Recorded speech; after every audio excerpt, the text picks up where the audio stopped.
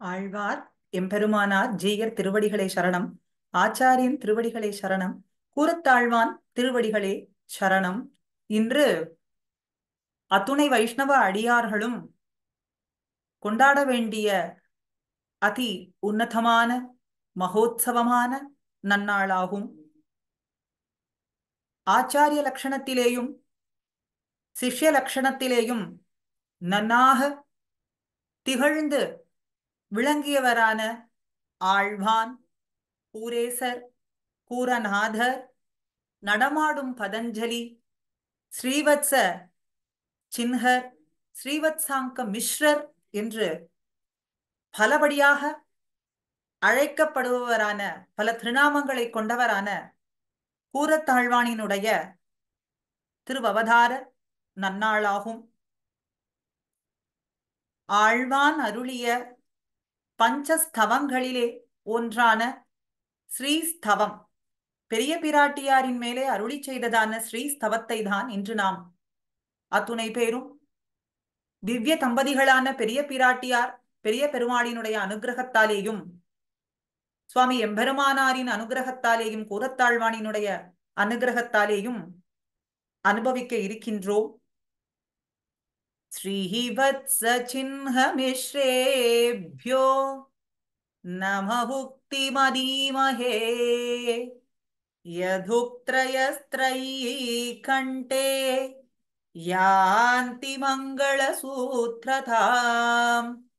ஸ்ரீவத்ஸ சின்ன மிஸ்ரேபியர், ஸ்ரீவத்ஸ சின்ஹர் என்று அழைக்கப்படுபவரான சுவாமி கூரத்தாழ்வான் அவர் அருளிய அருளிச் செயல்கள் எப்படிப்பட்டவை?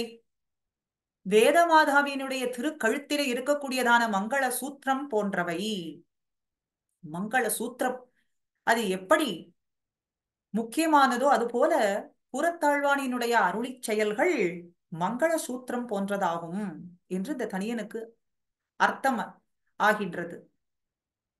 வேதத்தை சொன்னதனாலான பயனை இந்த ஆழ்வான் அருளி செய்த அருளிச் செயல்களின் மூலமாக நாம் பெற்றுவிடலாம் என்று பூர்வர்களினுடைய வாக்காகும். மங்கள சூத்திரம் போன்றே இருக்கக்கூடியதான பஞ்சஸ்தவங்கள், அதிமானுஷஸ்தவம், வரதராஜஸ்தவம், சுந்தரபாகுஸ்தவம், ஸ்ரீஸ்தவம், வைகுண்டஸ்தவம் என்கிற 5 ஸ்தவங்கள், அதைத்தான் பஞ்சஸ்தவம் என்று சொல்கின்றோம்.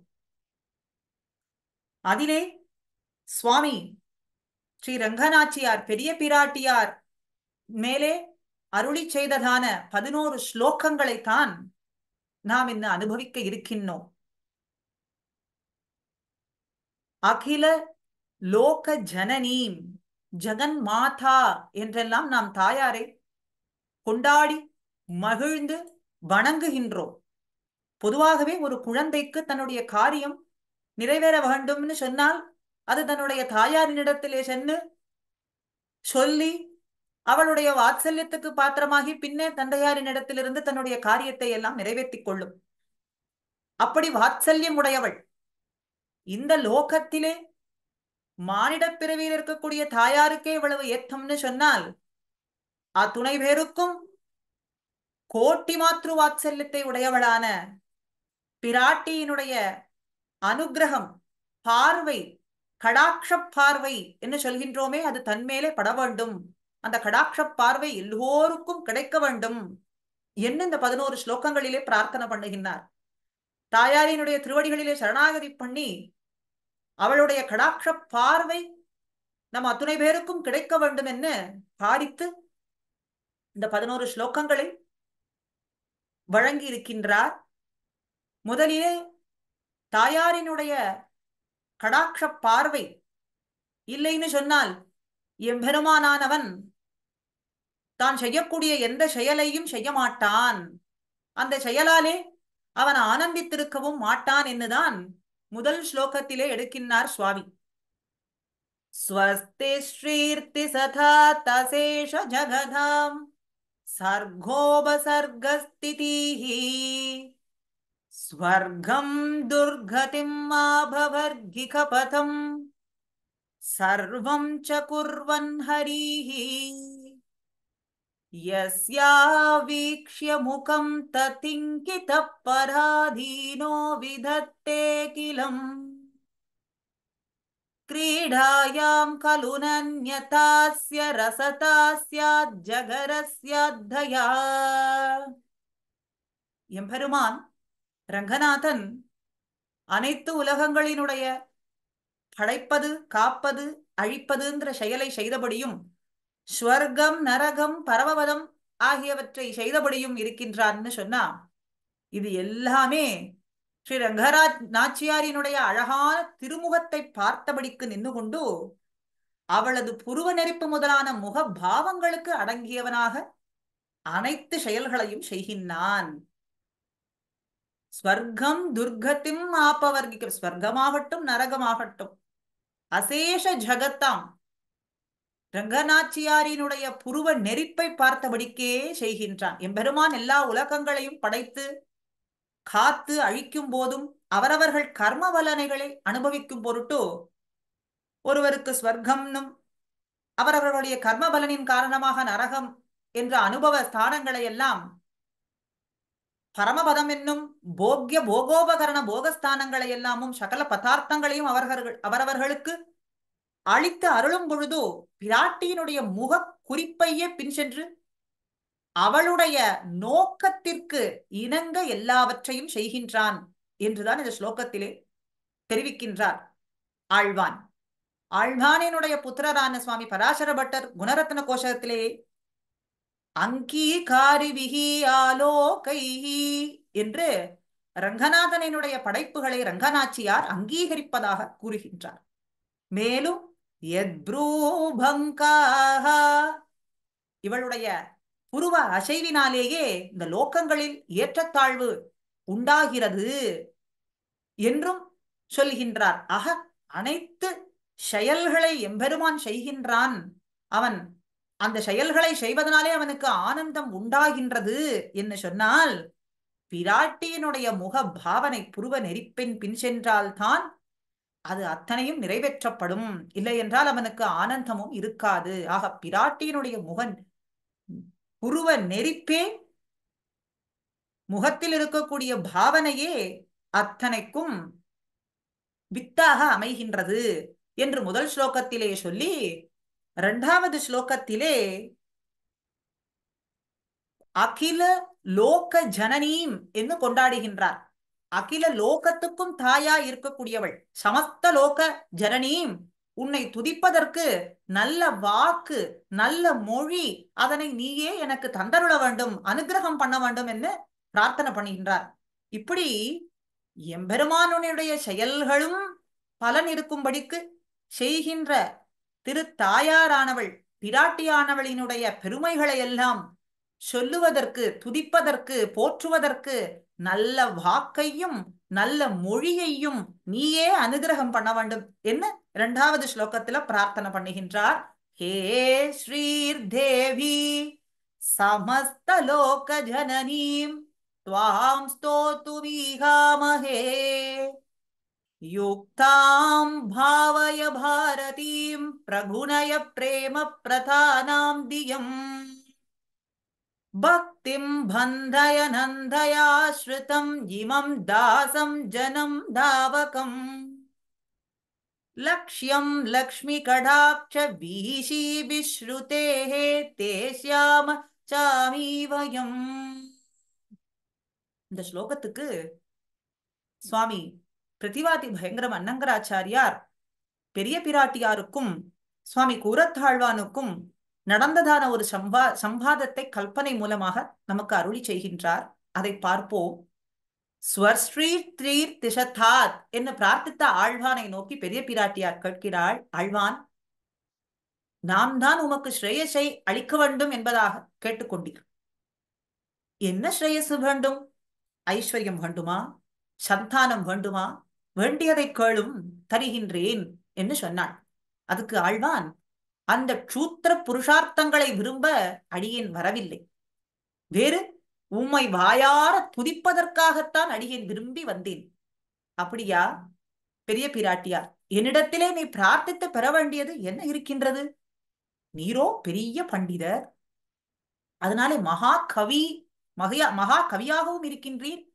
உம்முடைய இஷ்டப்படி ஸ்தோத்திரம் பண்ணும். இதுல நான் அளிக்க வேண்டியது என்ன இருக்கின்றது என்று கேட்க, இப்படி சொல்லலாகாது தேவரீர். உம்மை பாங்காக துதிப்பதற்கு உரிய சரஸ்வதி சம்பிருத்தியை தந்தருள வேண்டும் என்று பிரார்த்தனை பண்ணுகின்றார். அப்படிப்பட்ட திருநாவீரு உமக்கு முன்னே நான் அளித்திருக்கிறேனே, அது வாய்ந்திருக்கிறதே. வேறு தேவை இருந்தால் கேளும் என்று பிராட்டியும் சொன்னாள். அடியேன் ஏதோ வாயால சில சப்தங்களை சொல்லுகிறேனே ஒழிய அன்பு மிகுந்து கனிந்த புக்தி என்பது அடியேனுக்கு இல்லை. அதனாலே அப்படிப்பட்ட புத்தியை தந்தருள வேண்டும் என்ன ஆழ்வானும் சொல்ல, என்னை ஸ்துதிக்க வேண்டும் என்று நீர் நினைத்த பொழுதே அப்படிப்பட்ட புத்தி உமக்கு உண்டாகிவிட்டது. அன்பு மிகாமலும் நெஞ்சு கனியாமலும் இருந்தால் என்னை துதிக்க நீர் முயலவே மாட்டீர். அதனால எம்மை துதிக்க வேண்டும் என்று நீர் நினைத்த பொழுதே உமக்கு அன்பு மிகுந்தது, நெஞ்சு கனிந்தது, அத்தனையும் ஏற்பட்டது. புத்தியும் உமக்கு கைகூடியே வந்தது. அதனால வேறு தேவை இருந்தால் கேளும் என்று சொன்னார். உம்முடைய பேரருளால் ஏதோ சிறிது பக்தி கிடைத்திருக்கிறது. அது பரபக்தியாகவும் பரஞானமாகவும் பரம பக்தியாகவும் முதிரும் படிக்கு தேவரீர் அருள் புரிய வேண்டும் என்று ஆழ்வானும் பிரார்த்தனை பண்ணினார். அதை நீர் விரும்ப வேண்டாம். ஆழ்வாருக்கு காலக்கிரமத்திலே எப்படி படிப்படியாக பரபக்தி என்பது பரஞானமாகவும் பரஞானம் என்பது பரம பக்தியாகவும் விளைந்ததோ அதுபோல உமக்கும் ஏற்படும். அதனாலே வேறு ஏதாவது அபேட்சை இருந்தால் அதை கேளும்னு சொன்னார். ஆழ்வானும் ஆழ்வாருக்கு காலக்கிரமத்திலே நடந்தது போலே அடியேனால் காத்திருப்பதற்கு சக்தி இல்லை. சக்தன் அல்லன், சக்தி இல்லாதவனாக இருக்கின்றேன். அதனாலே அடியேனை இப்பொழுதே உமக்கு அந்தரங்க கிங்கரனாக்கி கொண்டு அந்தரங்க கைங்கரியம் பண்ணும்படிக்கு தேவரீர் அனுகிரகம் பண்ண வேண்டும், அடியனை மகிழ்விக்க வேண்டும். அதற்கு உறுப்பாக தேவரீர் குளிர்ந்த கடாட்சங்களை அடியேன் மீது நோக்கி அருள வேண்டும்.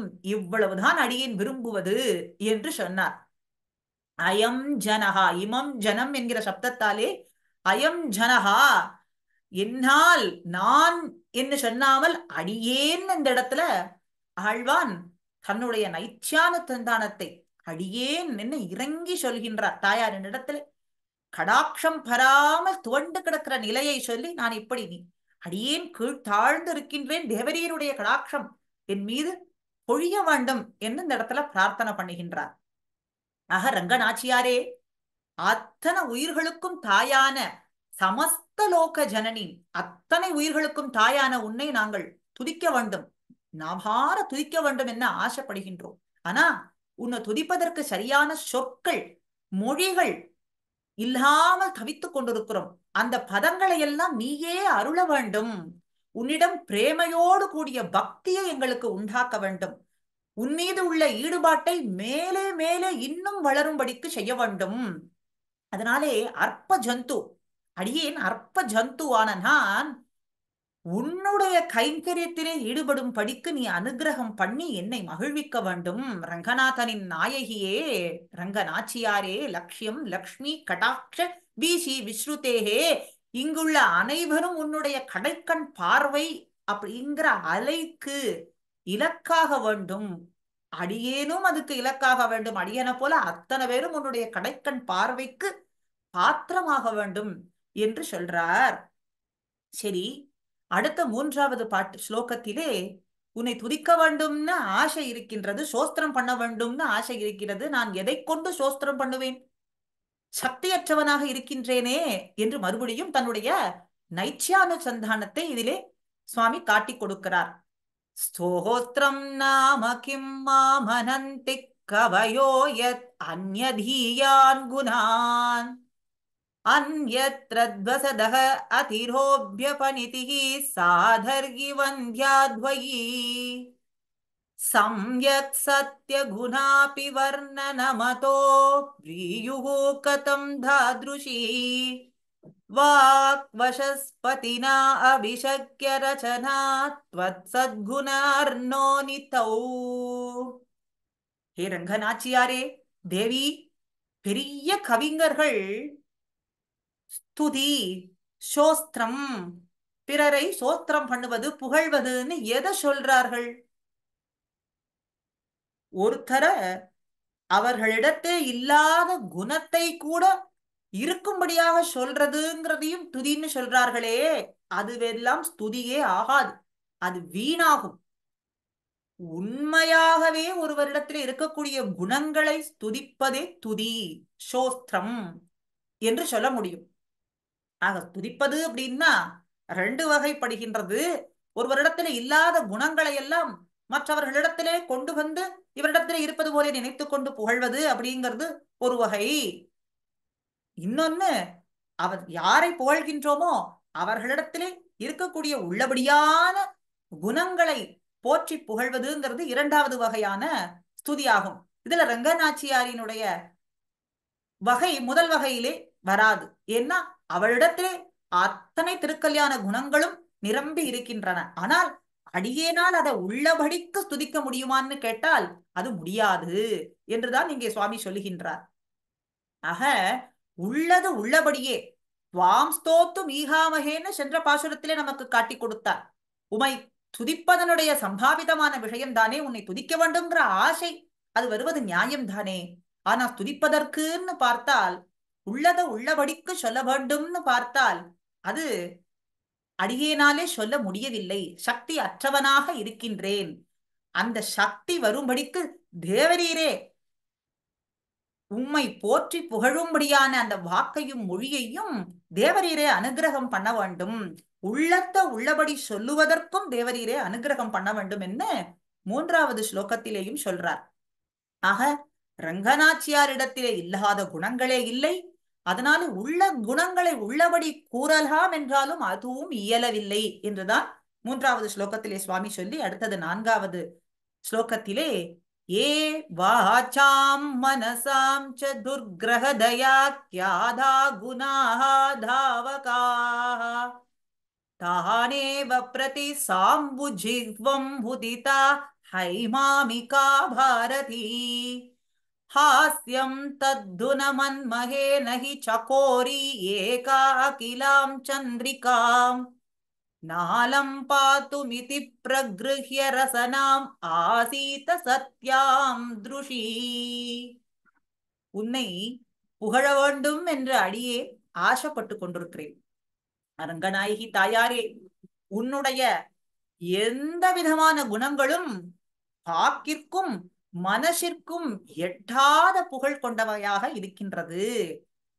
அந்த குணங்களை குறித்தே அதை பார்த்து அதை துதிக்க வேண்டும்னு என்னுடைய நாவானது ரசத்துடன் ஜலம் ஆனது ஊறிக்கொண்டிருக்கிறது. நாவிலே ஜலமானது ஊறிக்கொண்டிருக்கிறது, ரசத்துடன் காத்து கொண்டிருக்கிறது. உன்னுடைய குணங்களை புகழ வேண்டும், வாக்கிற்கும் மனசிற்கும் எட்டாதது, அப்படிப்பட்டதையும் புகழ வேண்டும் என்று இந்த நாக்கு காத்து கொண்டிருக்கிறது. ஆனால் இவை எண்ணத்திற்கு பரிகாசத்திற்கு இடமாக கூடுமான்னு பார்த்தால் நான் எண்ணவே மாட்டேன்.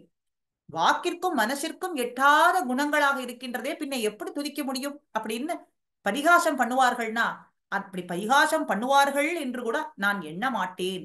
ஏன்? சந்திரனானது தன்னுடைய கிரணங்களை பொழிகின்றது. சக்கோர பக்ஷி சக்கோர பக்ஷி என்ற பக்ஷியானது சந்திரனுடைய கிரணங்களை முழுவதும் விழுங்க வேண்டும், சந்திரனையே விழுங்க வேண்டும் என்று நினைக்கும். ஆனால் அந்த பக்ஷியாலே அதை முழுவதும் விழுங்க முடியுமான்னு கேட்டால் முடியாது.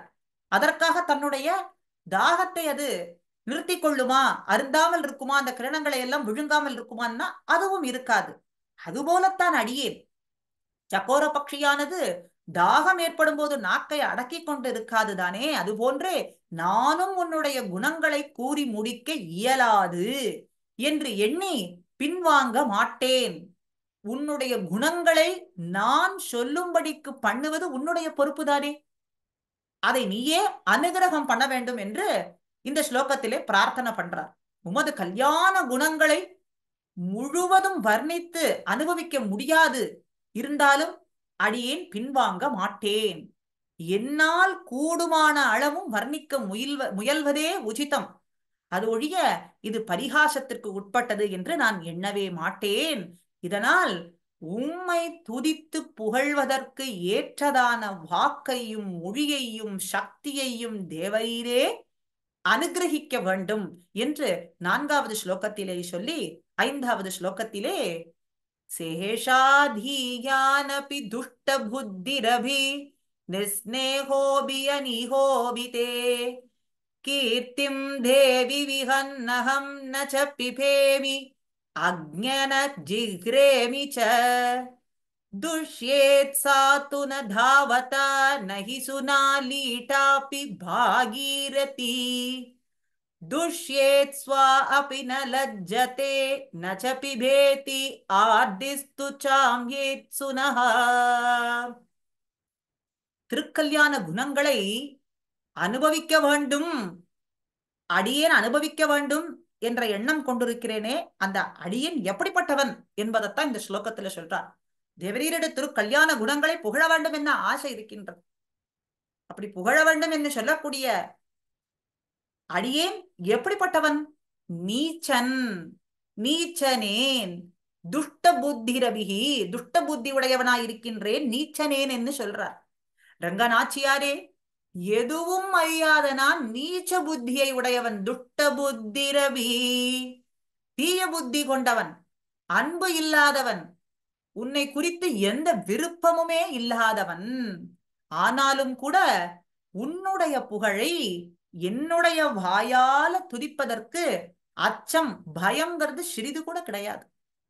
ஆழ்வாரும் என்ன சொல்றார்? நீச்சனேன் நிறை ஒன்றுமிலேன், நீச்சனேன் அடிநாயேன், நாயேன் வந்தடைந்தேன். இப்படி நாயேன்னு தானே ஆழ்வார்கள் எல்லோரும் தங்களுடைய அருளி செயல்களிலே காட்டிக் கொடுக்கின்றார்கள்.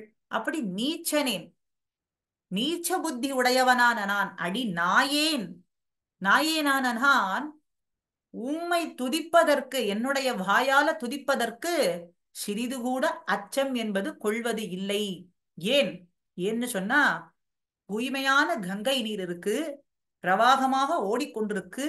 ஒரு நாய் எங்கே தன்னுடைய தாகத்தை தணித்துக் கொள்வதற்காக அந்த கங்கையில் இருக்கக்கூடிய ஜலத்தை பருகுகின்றதுன்னு சொன்னா அது கங்கைக்கு ஒரு அசுத்தமா என்றால் கேட்டால் அது அசுத்தம் கிடையாது. அதுபோல உன்னுடைய புகழானது, நான் சொன்னேன், நான் உன்னை அடியேன் உன்னை புகழ்ந்தேன் அப்படிங்கிறதுக்காக எந்த குறைச்சலும் ஏற்பட்டு விடாது. தூய்மையான கங்கை நீரை நாய் ஒன்று நக்குவதற்கு வெட்கமோ பயமோ கொள்வதில்லை. அந்த நாய்க்கு ஏதாவது வெட்கம் உண்டா, அதுக்கு ஏதாவது பயம் உண்டா? கங்கை நீரை சென்று பருகுகின்றோமேன்னு கேட்டா அதற்கு சிறிது கூட வெட்கமோ பயமோ கொள்ளாது. இதன் மூலம் அந்த நாயினுடைய தாகம் தீர்ந்துவிடும். அல்லாது கங்கையினுடைய புனிதம் என்பது, தூய்மை என்பது கெடும்னு சொல்ல முடியாது. நாயினுடைய தாகம் தீரும், அதே கங்கையினுடைய புனிதம் கட்டுவிடும்னு சொன்னா கெடாது. அதுபோலத்தான் நீச்சனேன் அடி நாயேனான நான் அடியேனுடைய வாய் கொண்டு, வாக்கு கொண்டு, மொழி கொண்டு தேவரீரை புகழ வேண்டும் என்று சிறிது கூட அச்சமோ பயமோ கொள்வதில்லை. கங்கை நீரை போல இருக்கக்கூடிய தேவரீருடைய திருக்கல்யாண குணங்கள், அதி தூய்மையானது, அதி புனிதமானதான திருக்கல்யாண குணங்களை ஒரு நாய் தன்னுடைய தாகத்திற்காக சென்று அருந்துவது போல அடியேன் உன்னுடைய திருக்கல்யாண குணங்களை புகழ வேண்டும் என்ற ஆசையினாலே, புகழ்வதினாலே சிறிது கூட வெட்கமோ அச்சமோ கொள்வது இல்லை. எப்படி அந்த நாய் அந்த கங்கை நீரை அருந்துவதனாலே அதுக்கு தாகம் என்பது தீர்ந்து விடுமோ, அதுபோல அடியேனும் மிக்க மகிழ்ச்சி அடைகின்றேன். எப்படி அந்த கங்கை நீருக்கு தூய்மை என்பது சிறிது கூட கெடாதோ, அதுபோல தேவரீருடைய கல்யாண குணங்களுக்கு சிறிது கூட இழுக்கு என்பது நேராது. இது போன்று நான் உன்னை துதிப்பதால் எனக்கு மேன்மை உண்டாகும் தவிர உமக்கு தாழ்ச்சி என்பது ஏற்படாது என்றுதான் இந்த ஸ்லோகத்துல சொல்றார். ஆக ஒரு நாய் பருகுவதனால அதனுடைய தாகம் தீர்ந்து அதற்கு மகிழ்ச்சி ஏற்படுமே, அதுபோல அடியேனுக்கும் தேவரீரை புகழ்வதனாலே ஏற்படுகின்றது.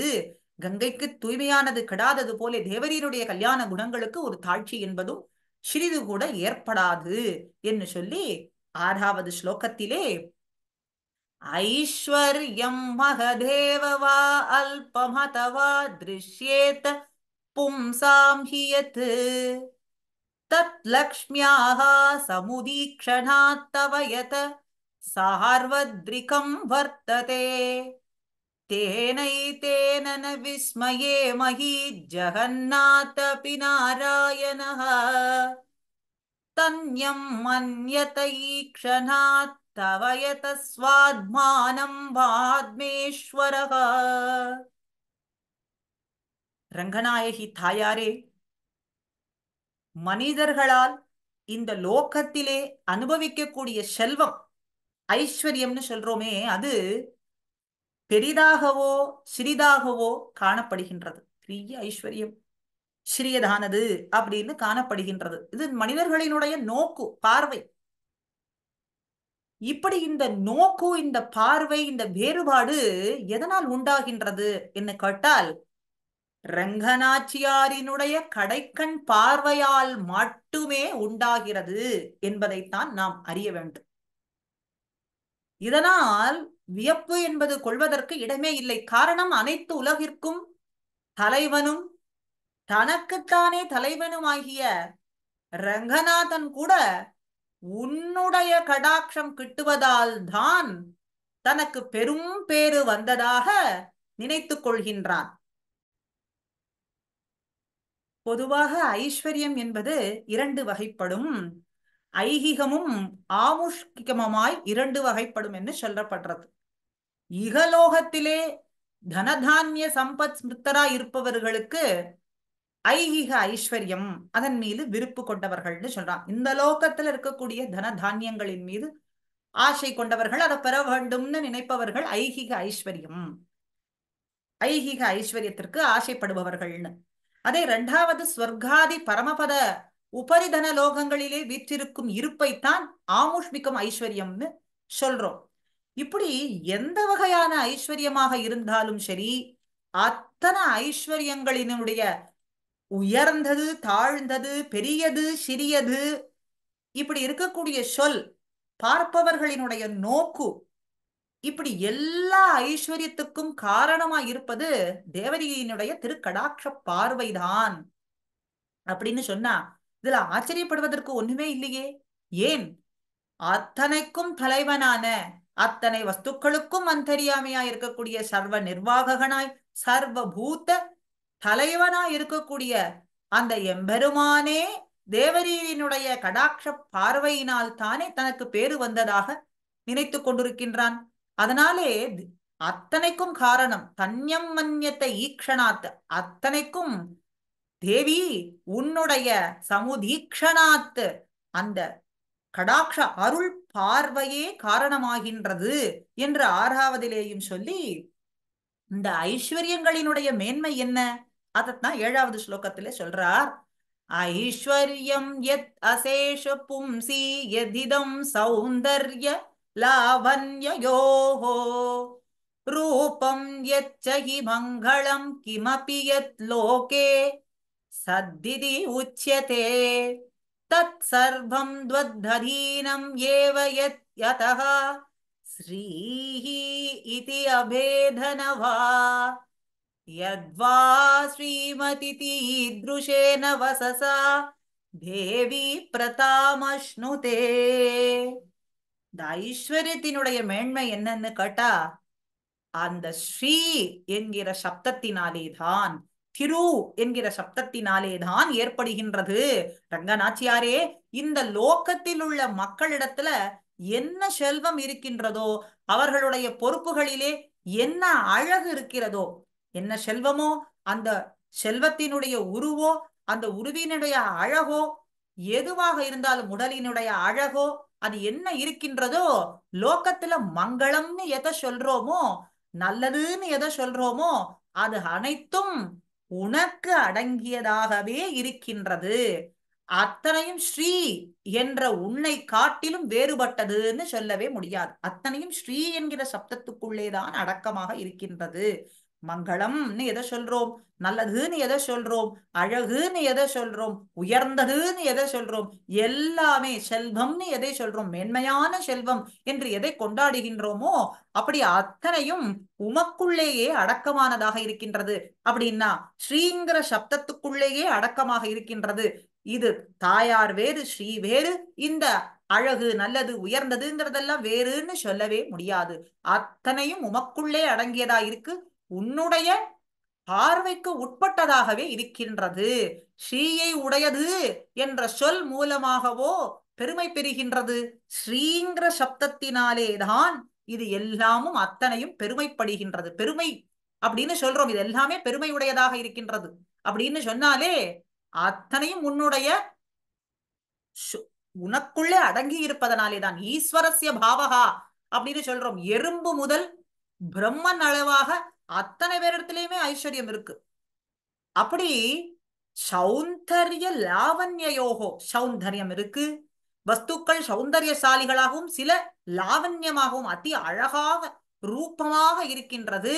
மஞ்சள், புஷ்பம், தீபம் முதலிய வஸ்துக்கள் எல்லாம் மங்களகரமாக பிரசித்தி பெற்றதாக சொல்லப்படுறது.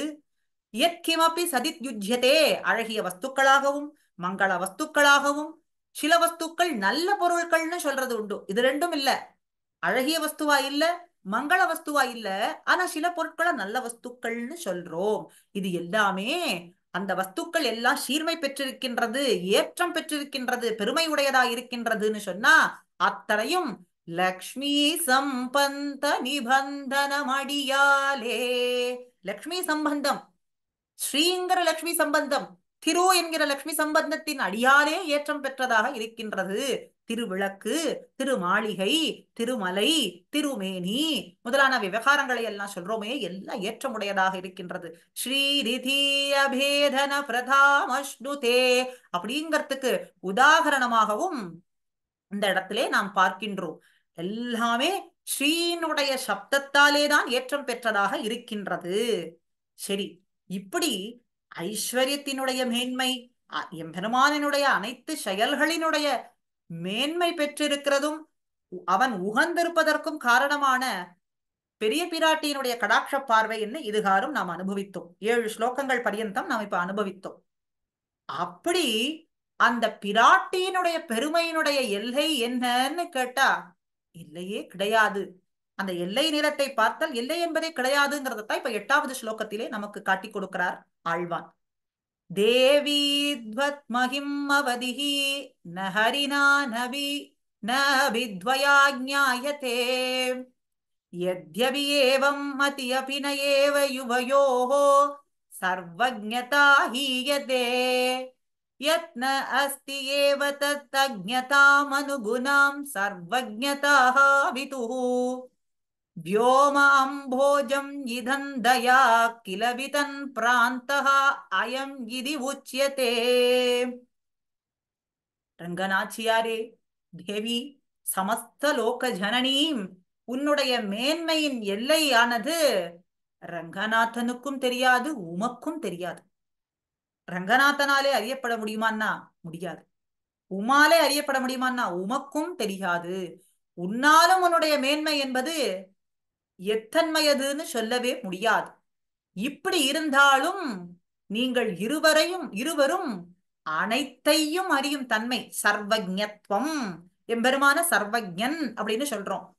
அது உன்னுடைய பெருமை என்பது எம்பெருமானுக்கும் தெரியாது, ரங்கநாதனுக்கும் தெரியாது.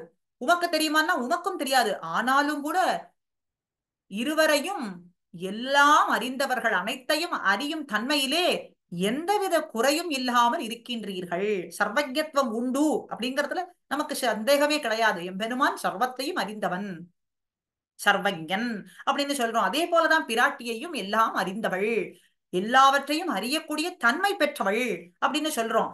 ஆனா பிராட்டியினுடைய திருக்கல்யாண குணங்களினுடைய பெருமை, அதனுடைய எல்லை நிலமானது இருவருக்கும் தெரியுமான்னா இருவருக்கும் தெரியாது. இது தெரியாதுங்கிற காரணத்தினாலே அனைத்தையும் அறியக்கூடிய தன்மையிலே குறை இருக்கான்னு கேட்டா குறை இல்லை. அனைத்தையும் அறியக்கூடிய தன்மை பெற்றவர்களாக இருவரும் இருக்கின்றீர்கள். இதன் காரணம், எந்த ஒரு பொருளானது, ஒரு வஸ்து இருக்கு, அது இல்லவே இல்லை என்பதை உணர்ந்து அதனை அறிந்து கொள்ள முயலாமல் இருப்பதையே அனைத்தும் அறிந்த தன்மையாக சான்றோர்கள் சொல்றார்கள். சான்றோர்கள்லாம் என்ன சொல்றார்கள்?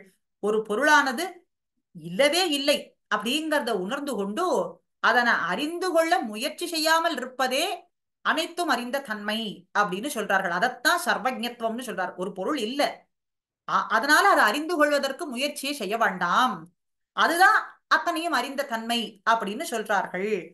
ஆக உதாரணத்துக்கு ஆகாய தாமரைன்னு ஒண்ணு இருக்கு அப்படின்னு சொல்றார்கள். உண்மையிலேயே ஆகாய தாமரைங்கிறது ஒண்ணு கிடையாது. முயல் கொம்பு அப்படின்னு சொன்னா அதுவும் கிடையாது. ஆகியவற்றை உள்ளதாக அறிபவன் பைத்தியக்காரன். பிராந்தகா, பைத்தியக்காரன் தான் சொல்றாரு. வியோம அம்போஜம் இதந்தயா கிளவித்தன் பிராந்தகா, அவன் பைத்தியக்காரன். ஒண்ணு இல்லவே இல்லை, அதை அறிந்திருக்கின்றேன் அப்படின்னு சொன்னா அவனை பைத்தியக்காரன்னு தான் சொல்ல முடியும். அதனால் இந்த இடத்துல சர்வஜன், சர்வஜத்துவம் அப்படிங்கிறது சான்றோர்களினுடைய வாக்கு என்ன? ஒரு பொருள் இல்லவே இல்லை, அதை அறிய முயற்சி செய்யாமல் இருப்பது, அதுதான் அனைத்தையும் அறிந்த தன்மை அப்படின்னு சொல்றார்கள். ஆக இங்கே பிராட்டியினுடைய பெருமையினுடைய எல்லை நிலமானது ரங்கநாதன், எம்பெருமான் ரங்கநாதனுக்கும் தெரியாது, பிராட்டிக்கும் தெரியாது. இது தெரியாது அப்படிங்கிறதுனாலே அவர்கள் அனைத்தையும் அறியக்கூடிய தன்மை இல்லாதவர்கள்னு சொல்ல முடியாது. அனைத்தையும் அறியும் தன்மையிலே அவர்களுக்கு எந்தவித குறையும் இல்லாமல் இருக்கின்றார்கள் அப்படிங்கறதான் இந்த 8வது ஸ்லோகத்திலே சொல்லி 9வது ஸ்லோகத்திலே லோகே வனஸ்பதி ப்ருஹஸ்பதி தாரதம்யம் யஸ்யாஹ பிரசாத பரிணாமம் உதாஹரந்தி सा भारती भगवती तु यदि यधासी ताहां देवदेव महिषीं श्रियम् आश्रयामः. இரண்டு உண்டு. வனஸ்பதி பிருகஸ்பதினு சொல்றாரு இந்த ஸ்லோகத்துல. வனஸ்பதினா மரம், பிருகஸ்பதினா ஞானத்தை பெற்றவர், குருன்னு சொல்றோம். இந்த லோகத்துல ஒருவர் மரம் போன்ற ஜடப்பொருளாக பிறப்பதும் தேவகுருவான பிருகஸ்பதி போன்ற அறிவாளியாக ஞானமுடையவனாக பிறப்பதும், இப்படி அறிவிலே ஏற்றத்தாழ்வு, 2 பேர் இருக்கும் இந்த லோகத்துல பிறந்திருக்கார். ஒருத்தருக்கு ஞானம் இல்லை, பகவத் அனுபவம்ங்கிற ஞானம் பெறுவதற்கு சிறிது கூட வழி இல்லை. ஒருவர் பகவத் அனுபவத்திலேயே திளைத்திருக்கிறார் அப்படின்னு சொன்னா இந்த ஏற்றத்தாழ்வு எல்லாம் சரஸ்வதியினுடைய கடாட்சத்தினுடைய பலனாகவே அமைகின்றது. இந்த வனஸ்பதி பிருகஸ்பதி மரம் போன்றிருக்கின்றார், தேவகுரு போன்றிருக்கின்றார்ங்கிற இந்த வேறுபாடு எதனாலே வந்தது, எப்படி கிடைத்ததுன்னு சொன்னா ஞானத்தாலேன்னு முதல்ல பார்த்தோம். இந்த வேறுபாடுங்கிறது ஞானத்தாலே தான் இந்த வேறுபாட்டை சொல்றோம். இந்த வேறுபாடு எப்படி கிடைத்தது? சரஸ்வதியினாலே கிடைத்தது. அந்த சரஸ்வதி எப்படிப்பட்டவள்னு சொன்னால் உன் அனுகிரகத்தால் உன் தாசபூத்தர்களினுடைய ஏவல்களை செய்யக்கூடியவளாக இருக்கின்றாள். சரஸ்வதியினுடைய கடாட்சத்தினாலே இந்த ஞானம் பெற்றவனாக திகழ்கின்றான். ஒரு மரம் போல ஜடப்பொருள் போலேயும் ஞானம் பெற்றவனாக, அது தேவகுரு பிருகஸ்பதி போல ஞானம் பெற்றவனாக திகழ்கிறது சரஸ்வதி தேவியினுடைய அனுகிரகத்தாலே. அந்த சரஸ்வதியும் எப்படிப்பட்டவள்னு கேட்டால் உன்னுடைய தாசபூத்தர்களை, தாசபூத்தர்களினுடைய ஏவல்களை செயல்களை உன் அனுகிரகத்தாலே செய்யும்படிக்கு இருக்கக்கூடியவள் அப்படிங்கறத இதை சொல்றார். அப்படி பூஜிக்க தகுந்த அந்த சரஸ்வதியே ரங்கநாச்சியாரின் அடியார்களுக்கு அடியாளாக இருக்கின்றாளோ, அப்படி அத்துணை தேவர்களின் அதிபதியான ரங்கநாதனின் அந்த ரங்கநாச்சியாரை நாம் அடைகின்றோம். தாம் தேவதேவ, தேவதேவன், அத்துணை தேவர்களுக்கும் தலைவனாய் இருக்கக்கூடியவன் தேவதேவன், தேவாதிராஜன் சொல்றோம். அப்படி அந்த தேவதேவனினுடைய மகிழ்ச்சி, தேவதேவ திவ்ய மகிஷி, பட்ட மகிழ்ச்சி பெரிய பிராட்டியார், அவளை ஆஸ்ரயாமகா, புகழொன்றில்லா அடியேன் உன் திருவடிகளிலே புகுகின்றேன்னு சரணாகதி பண்ணுகின்றார். வேரி மாறாத பூமேல் இருப்பாள் வினை தீர்ப்பாள் என்று சொல்லக்கூடிய பிராட்டியானவள் நம்முடைய துன்பங்களை எல்லாம் களையக்கூடியவளாக இருக்கின்றாள். கடாட்ச பார்வையினாலே அத்துணை வினைகளையும் போக்க நசிப்பிக்கக்கூடியவளாக இருக்கின்றாள். அப்படி புகழொன்றில்லா அடியேன் உன் அடிக்கீழ் புகுந்தேன்னு ஆழ்வாரினுடைய வாக்குப்படிக்கு ஆழ்வான் இங்கே அதையே சொல்றார். புகழொன்றில்லா கதியில்லாத அடியேன், அடி நாயேன், நீச்சனானவன் உன்னுடைய திருவடிகளிலே சரணம் பண்ணுகின்றேன், சரணாகதி பண்ணுகின்றேன், சரணம் புகுகின்றேன் என்று இந்த 9வது ஸ்லோகத்திலேயும் சொல்லி 10வது ஸ்லோகத்திலே பெரிய பிராட்டியாரினுடைய கடாட்சத்தினாலேதான் அத்தனை செயல்களும் நடக்கின்றதுன்னு இதுகாரும் அனுபவித்தோம். பெரிய பிராட்டியாரினுடைய கடாட்சம் இல்லாத நிலைமைன்னு ஒண்ணு உண்டு, ஒரு நேரம் ஒண்ணு உண்டுன்னு சொன்னா அது எந்த நேரம்? பிராட்டியினுடைய கடாட்சமே காரணமா இருக்கு. ஆனா அப்படி கடாட்சத்துக்கும் பாத்திரப்படாத ஒரு நிலை உண்டா, ஒரு வஸ்து உண்டா அப்படின்னு சொன்னால் அது என்னதுங்கிறதத்தான் 10வது ஸ்லோகத்திலேயும் விவரிக்கிறார். யஸ்யாஹா கடாட்ச மிருது வீக்ஷண தீக்ஷணேன சத்யஹ சமுல்லச்சித பல்லவம் உல்லலாச விஸ்வம் விபர்யய சமுத்த விபர்யயம் பிராக் தாம் தேவதேவ மகிஷீம் ஸ்ரீயம் ஆஸ்ரயாமஹ. தீக்ஷணேன பிராட்டியினுடைய கடாட்ச பார்வை படாத ஒரு நேரம், ஒரு நிலை உண்டுன்னு சொன்னா அது பிரளய காலம், மகா பிரளய காலம். பிராட்டிக்கு வாழ்விக்கத்தான் தெரியுமே தவிர அழிக்க தெரியாது, நாசப்படுத்துவதற்கு தெரியாது. அதனாலே அந்த பிரளய காலத்திலே அத்தனையும் அழிந்து கொடுக்கக்கூடிய காலத்திலே மறுபடியும் அது உற்பத்தி ஆவதற்கு, தழைத்து எழுவதற்கு பிராட்டியினுடைய கடாட்ச பார்வை காரணமாக இருக்கிறதே ஒழிய அது நசிந்து போவதற்கு காரணமாக இருப்பது இல்லை. தீக்ஷணேன, வீக்ஷண தீக்ஷணேன, உபேட்சைன்னு சொல்றோம். அது கடாட்சம் இல்லாத நிலைமை. அது எந்த நிலைமை? மகா பிரளய காலத்திலே. அப்படி தாயாரினுடைய கடைக்கண் பார்வை பட்டவுடன் அனைத்தும் உயிர் பெற்று திகழ்கின்றது. ரங்கநாச்சியாரினுடைய கடாட்சம் கிட்டாத காரணத்தினால் பிரளய காலத்திலே இந்த லோகம் துவண்டு கிடக்கின்றது. அப்போது இவளுடைய கடைக்கண் பார்வை அப்படிங்கிற சங்கல்பம் காரணமாக அந்த சங்கல்பம் உண்டான நேரத்திலேயே இந்த பூமியானது தழைத்து விளங்குகின்றது. அப்படி தேவர்களினுடைய தலைவியான தேவதேவ மகிஷீம், ரங்கநாதனினுடைய பட்ட மகிழ்ச்சியான ஸ்ரீ ரங்கநாச்சியாரை நான் சரணம் அடைகின்றேன், சரணம் பற்றுகின்றேன், திருவடிகளை பற்றுகின்றேன் என்ன சொல்றார். இதேதான் சுவாமி ஆளவந்தார் தன்னுடைய சதுஸ்லோகியிலே காட்டி கொடுக்கிறார். நஷ்டம் பிராக் ததலாபதஹா திரிபுவனம் சம்பிரதி அனந்தோயம் அனந்தோதயம் ஸ்ரேயோ நஹ்யரவிந்தலோச்சன மனஹா காந்தா பிரசாதாத்ருதே. நஷ்டம் பிராக் ததலா பதஹா அப்படிங்கிற வரிகளின் மூலமாக அவளுடைய கடாட்ச பார்வைங்கிறது பிரளய காலத்திலே ஏற்படவில்லை. அதனாலே அத்துணை வஸ்துக்களும் நசிந்து கிடக்கிறது. அதுக்குள்ளே அச்சித்தா சித்தா வேறுபாடு இல்லாமல் அத்தனையும் ஏக பொருளோ ஏக வஸ்துவோ அப்படின்னு சொல்லும்படிக்கு நசிந்து கிடக்கின்றது. எப்பொழுது இந்த தாயாரினுடைய கடைக்கண் பார்வையானது, அருள் பார்வையானது வீச்சி விஷ்ணுதேகே அது படுகின்றதோ இந்த பூமியானது தழைத்து ஓங்குகின்றது அப்படின்னு இந்த 10வது ஸ்லோகத்திலே சொல்லி கடைசியாக 11வது ஸ்லோகத்திலே யஸ்யாஹா கடாக்ஷ விக்ஷாக்ஷணம் லக்ஷம் லக்ஷிதாஹா மகேஷாஹா ஸ்யுஹு ஸ்ரீரங்கராஜ மகிஷி சாமாம் அபிவீக்ஷதாம் லக்ஷ்மீஹி. எந்த ஒரு பிராட்டியினுடைய கடைக்கண் பார்வைக்கு ஒரு நொடி பொழுது இலக்கானாலும் மிகுந்த ஐஸ்வர்யம் செல்வம் பெற்றவர்களாக ஆகின்றார்களோ, பிராட்டியினுடைய கடைக்கண் கடாட்ச பார்வை யார் மேலே விழுகின்றதோ அவர்கள் மேன்மையை அடைகின்றார்கள். அதுபோல அடியேனையும் அனுகிரகிக்க வேண்டும் என்றுதான் இந்த ஸ்லோகத்துல பிரார்த்தனை பண்றார். எந்த ஒரு க்ஷணப்பொழுது ஒரு பார்வை, கடைக்கண் பார்வை ஒரு க்ஷணப்பொழுது எதன் மேலே படுகின்றதோ, யார் மேலே படுகின்றதோ அந்த வஸ்து பெருமை அடைகின்றது. எவர் மேலே படுகின்றதோ அவர்கள் மேன்மை அடைகின்றார்களே. அப்படிப்பட்ட ரங்கராஜனினுடைய பட்ட மகிழ்ச்சியான ஸ்ரீ ரங்கநாச்சியார் என்னையும் தனது கடைக்கண் கொண்டு பார்க்க வேண்டும். ஆழ்வார் இங்கே பிரார்த்திக்கிறது இந்த இகலோக ஐஸ்வர்யம் கிடையாது. மற்ற செல்வங்களை எல்லாம் வேண்டாமல் அவர் என்ன வேண்டார்?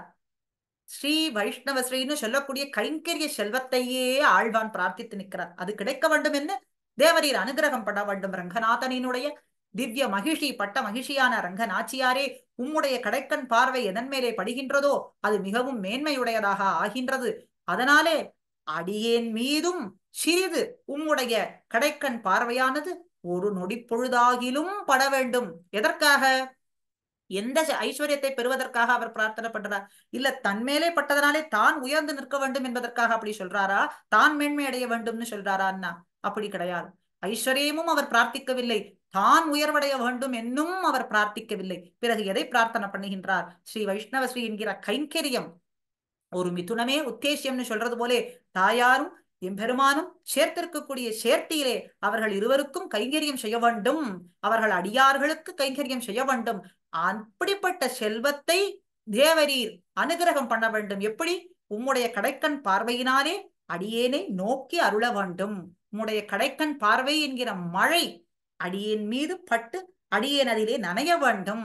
அடியேனைப் போல அத்துணை பேரும் உம்முடைய கடைக்கண் பார்வைக்கு இலக்காக வேண்டும் என்றுதான் இந்த 11 ஸ்லோகத்திலேயும் பிரார்த்தனை பண்ணி முடிக்கின்றார். இன்றைய தினம் அஸ்மத் ஆச்சாரியனுடைய அருளாலேயும் பூர்வர்களினுடைய அருளாலேயும் திவ்ய தம்பதிகளான ரங்கநாச்சியார் ரங்கநாதனினுடைய அனுகிரகத்தாலேயும் இன்று நாம் கூடியிருந்து இந்த ஸ்ரீஸ்தவம் யதாசக்தி அடியேனுடைய சிறிய ஞானத்துக்கு ஏற்பட்டது போல இங்கே சாதிக்கும்படியாக நேர்ந்தது. அத்துணை பேரும் அனுபவிக்கும்படியான ஒரு பாக்கியமும் கிடைத்தது.